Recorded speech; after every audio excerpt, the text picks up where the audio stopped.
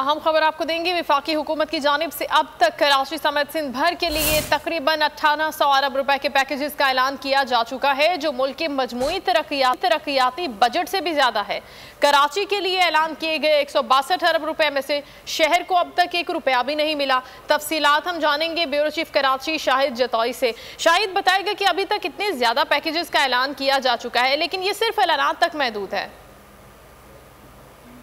आखिर में वज़ीर आज़म ने 446 अरब रुपए के इस पैकेज का ऐलान किया है। ये सिंध के किसी शहर के लिए या जिलों के लिए चौथा पैकेज है जिसका आज ऐलान किया गया है। पहला पैकेज जो है 2019 में 162 अरब रुपए का कराची के लिए ऐलान किया गया था पैकेज का, लेकिन उसमें से 1 रुपया अभी तक नहीं मिला।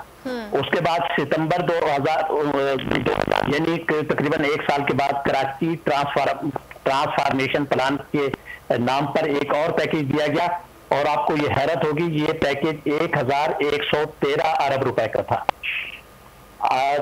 साकरों जिला थार पार्कर के लिए भी 1 अरब रुपए के पैकेज का ऐलान किया गया था, और आज जो है वो 446 अरब रुपए के पैकेजेस का ऐलान किया गया है।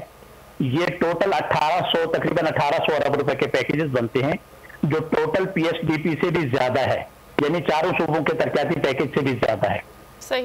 यहाँ मैं आपको ये वजाहत करता चलूं कि इन पैकेजेस में कोई नया मंसूबा शामिल नहीं है।